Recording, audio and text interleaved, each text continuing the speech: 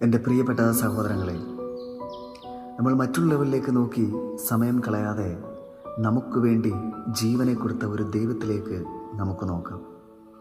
Shadrach, മേശക്ക്, അബേദ്നെഗോവിനെ എരിയുന്ന തീച്ചൂളയിലേക്ക് കൊണ്ടുപോകുന്നതിന് മുമ്പ് അവർ പറഞ്ഞ ഒരു കാര്യമുണ്ട്.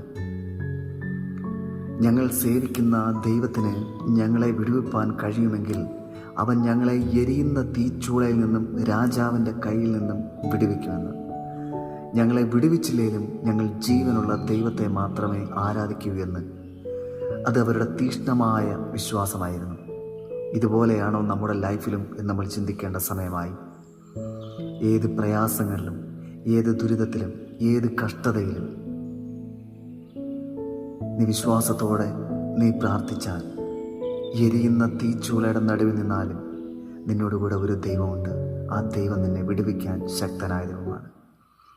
ഇന്നത്തെ വിഷമം നീ നോക്കി നീ ഭാരപ്പെടണ്ട, നീ പ്രയാസപ്പെടണ്ട. ദൈവം നിനക്കായി വലിയ ഒരു അനുഗ്രഹം നിനക്ക് വേണ്ടി മാറ്റിവെച്ചിരിക്കുന്നു. ദൈവം നിന്നെ സമൃദ്ധിയായി അനുഗ്രഹിക്കും. ആമേൻ.